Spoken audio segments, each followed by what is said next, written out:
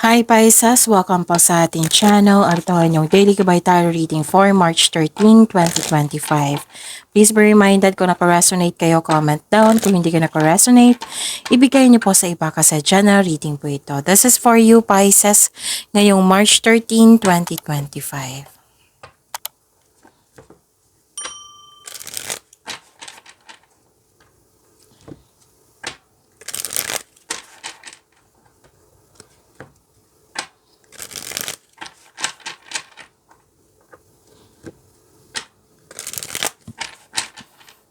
This is for you, Pisces, ngayong March 13, 2025. Maraming salamat po sa inyong patuloy na suporta at maraming salamat din po sa mga hindi nag-skip ng ads. Gamitin ang reading na ito bilang gabay lamang sa mga hindi pa nag-subscribe. Subscribe na po kayo at click bell notification para malaman nyo na may bago tayong video. Para sa mga gustong magpa-reading po, may lumabas dyan sa screen nyo ngayon. Panoorin nyo po, sundin ng instruction. Spirits Guide, mga ganap pa para kay Pisces ngayong March 13, 2025. I need 3 cards po.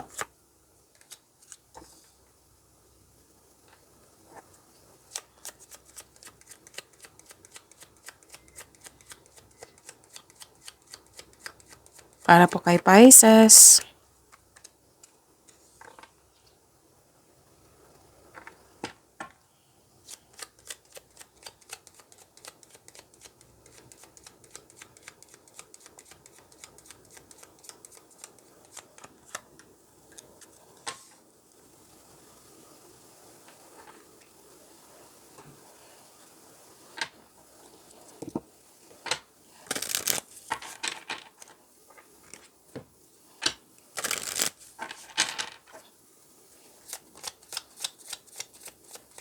Spirits Guide, mga mensahe pa para kay Pisces ngayong March 13, 2025.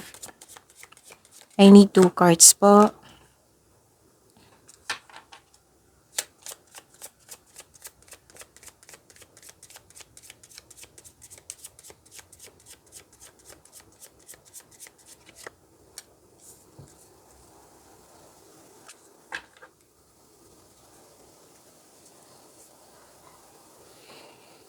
Okay.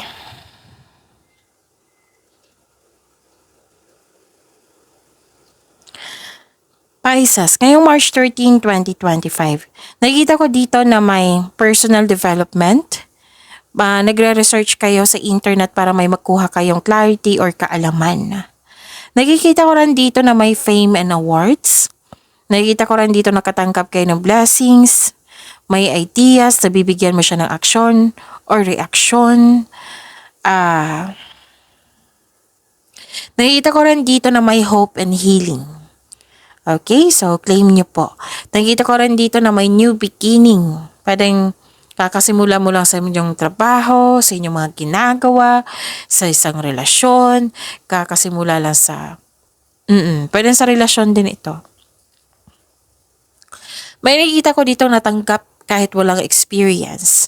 Nakikita ko rin dito na may concern kayo sa immature na tao. May humihingi ng time sa iyo. Pwedeng inner child nyo ito or literal na bata. Nakikita ko rin dito na may bago kayong bagong pet or bagong gamit na magkapagbigay ng pamper sa iyo. Pwede din na hired kayo as katiwala. Pwede din na may bago kayong kasamahan dyan or bagong kaibigan na magaan ang loob mo sa kanya. Nakikita ko rin dito na may kasama ka, may sinamahan ka ng favorite person mo ngayon na nagbigay siya ng loyalty sa iyo at support at natuwa ka sa mga pinakita niya, sa mga ginagawa niya. Realize how unique you are. Keep learning. So, nag-clarify din siya dito na keep learning, na may natutunan kayo. Spirits Guide, na po yung energy ni Pisces ngayong March 13, 2025.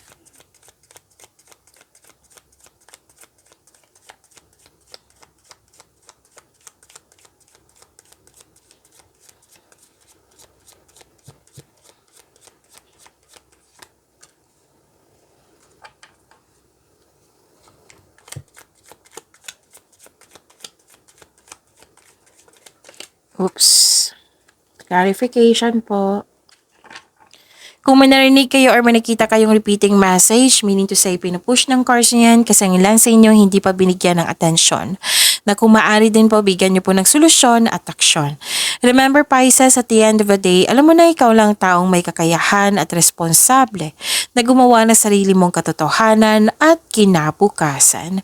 So ano yung energy ni Pisces? Okay. May nakita ko ditong sama ng loob, self-doubt, failure to face the facts, pwede din delay. May disappointment ako nakikita dito, pagsisisi, and doubt. Na-stuck ka sa nakaraan?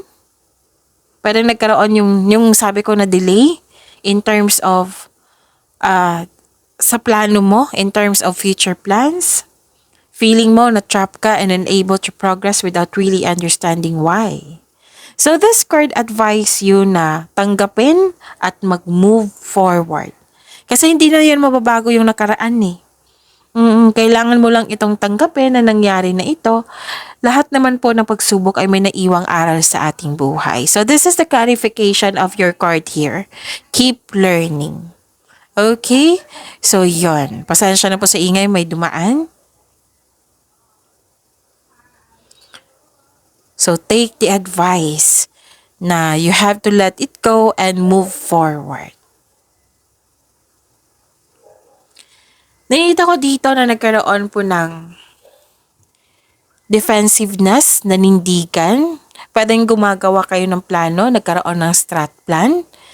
May ganap na challenges or struggle pero buong tapang mo itong harapin, katapangan at kumpiyansa sa gitna ng anumang klaseng atake. Pwede din na may ganap na pinagtanggol mo yung kaibigan mo o miyembro ng pamilya laban sa iba. So may reminder ang card niyo po dito. Ang pagtutok sa problema ay magdudulot sa iyo ng pagtigil. Walang pagbabago na mangyayari kasi tumutok ka eh. So may ganap na conflict. This card tells you to speak up for your needs and be willing to hear your partner side also. Pwede din sa concern mong tao ito, hindi lang sa partner. So may kinakaharap kayo na challenges pero ma-overcome niyo po ito, Pisces. Pwede din na may ganap na negotiation kasi may nakita ko na ganap na negotiation dito for a raise ng allowance. Pwedeng sweldo ito, pwedeng kontrata. Yes, magkakaroon po ng successful agreement.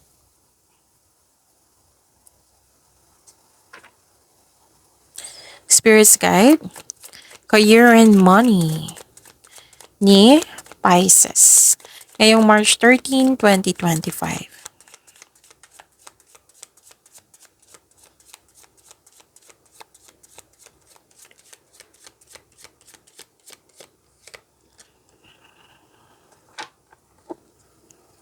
And the clarification of this card po.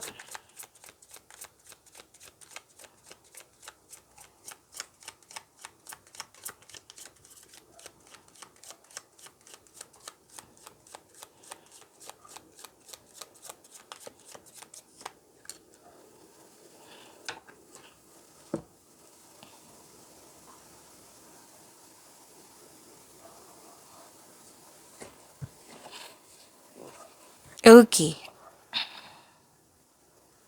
So, career and money niyo po, magkakaroon po ng balanse. Magkakaroon ng clarity. Ito yung nakikita ko dito sa oracle cards niyo na nagsaliksik kayo para may matutunan or nagkaroon ng clarity. This is cause and effect. This is justice. This is pagbalanse. This is fairness.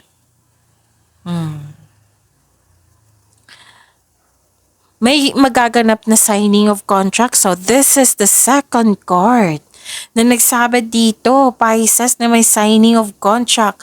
Or yung sabi dito na pag level up nyo, this is your career and money, right? So, pag level up nyo, pagtaas ng kita, yung signing of contract, pwedeng pagtaas ng allowance. So, dalawa na yan ha. Dalawang card na po nagsabi niyan. So, claim niyo po iyan. Pisces, ang ganda. Again, this is a repeating message. So, pay attention. May magaganap na challenges sa work, pero huwag kayong mag-alala dahil positibo naman po yung outcome nito. Kung may job interview or negotiation kayo ngayon, maaring maging successful ito. Sa pinansyal, mabalanse mo na ang kaperahan at mai-improve pa ito. May nakita ko dito pagkakaayos. Oo, may pagkakaayos akong nakikita dito. May hustisya na parating. So this card asks you to use your logic and remain objective. Dahil ito ay nakatulong na ma-uncover mo ang katotohanan sa isang sitwasyon. Yes, may positive outcomes in legal matters. Yes, mananalo ka. Yung legal issues mo concerning sa property, mare-resolve na po. Basta yung sabi ko sa inyo kanina na may positive outcome sa araw na ito. May magiging successful. Maganda yung resulta. So this card advises you to stay true to yourself and act with integrity. Have faith ng imbalance sa sitwasyon are now working out in your favor. So this card tells you na use your intuition to set your moral compass. Okay? Sobrang hard worker mo dito. Kailangan na balansehin yung oras mo dito ha, para magpahinga. Kasi it might be may nag-complain na. Ano ba to si Pisces? Puro na lang trabaho na lang panahon sa akin. It might be ha, it might be this is you, or it might be na may concern talaga, na naka-receive kayo ng concern na sobra na kayo sa trabaho. So pay attention, baka family mo yan or partner mo. Pwede din, anak mo or isang bata dito, kasi may nakita kong bata dito. Okay. Nakita ko dito na nagkaroon po ng releasing. This is letting go of grudges. Kasi nga may, dito, anong tawag dito? Di ba may conflict sa energy cards nyo? So this is releasing, this is letting go of grudges. Actually, sunod-sunod na to Pisces. Kung hindi ako nagkakamali ha, I think sunod-sunod na to Pisces. Oo. So, pay attention. This is a repeating message. Kung hindi ako nagkakamali. Na kung nanonood kayo sa atin araw-araw. May nakita kasi ako dito na may tao na may gustong kunin sa'yo. Sabi kasi ng card dito, it might be hindi maganda kasi ang sabi ng card, mag-ingat kayo sa kanya. May gustong bumalik sa inyo. Pero hindi maganda ang nakikita ko dito kasi may gusto siyang kunin sa iyo. At sabi ng card, mag-ingat kayo sa kanya. May taong ayaw mag-give up if pwedeng this is you or siya. So this card tells you to release old grudges in order to move on. May pagpatawad na mangyayari. Pwede din na even if you do not speak directly to this person, you can set yourself free by forgiving someone in your own mind and heart. Gagawin mo ito para sa iyong peace of mind. Okay? Kaya, this card advises you to accept and forgive yourself. Spirit's Guide, Love, Life, Self-Love, Partnership, and Romance ni Pisces ngayong March 13, 2025.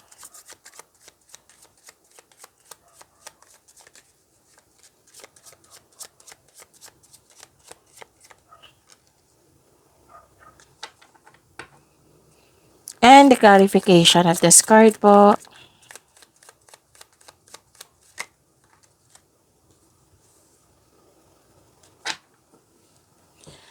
Maraming salamat po sa patuloy na tiwala at suporta sa ating channel. At maraming salamat din po sa mga hindi nag-skip ng ads. Nakikita ko dito na nagkaroon po, para sa mga single, Makakaranas ka ng hirap sa pagtanggap ng bagong tao sa buhay mo. Gusto mong pumasok sa buhay ng pag-ibig pero guarded ka. Ang advice ng card niyo po dito, try to fix and forgive yourself first bago tumanggap ng bagong pag-ibig, bago tumanggap ng relasyon upang sa gayo'y magaan ang iyong pakiramdam at isipan para harapin ang bagong yugto ng iyong buhay pag-ibig. Kasi parang unfair naman kung hindi kayo na nagka-get over sa nakaraan, di ba? Na tapos tatanggap kayo ng bagong tao. Tapos may chances, may araw na maiisip mo yung nakaraan. At itong pagiging guarded mo, posibleng magiging unfair yan sa bagong pag-ibig po.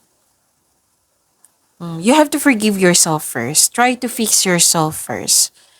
Love yourself more, forgive the situation, forgive the past person, forgive yourself para magkaroon ng peace of mind. Kanina pa to repeating message to. Na try to forgive yourself first. Para magkaroon kayo ng peace of mind. Para pag let go nito, so handang-handa ka na. Para fair po sa bagong pag-ibig po. Kasi deserve po nyo Deserve mo, deserve niya na yung buong buo talaga yung tiwala mo sa kanya, yung attention mo sa kanya. Para sa mga relasyon sa buhay mag-asawa, mahabang pasensya mo sa inyong partner. Isa sa inyo nagkaroon ng mataas ng ego or pride, nakaramdam ng pagod pero ayaw mong sumuko sa inyong relasyon. Pero nakaramdam ka ng pagod, that is very normal. Subukan maglaan ng oras para mag-usap. Mag-usap po kayo tungkol sa inyong hinanaing. Nang malaman din niya na nagkaroon kayo ng hirap sa adjustment. Siyempre sa pag-uusap is to call this person's attention. Yung good mood kayo, yung approachable, yung, di ba sa mukha, di ba titingnan mo yung mukha ng isang tao, ganun din siya.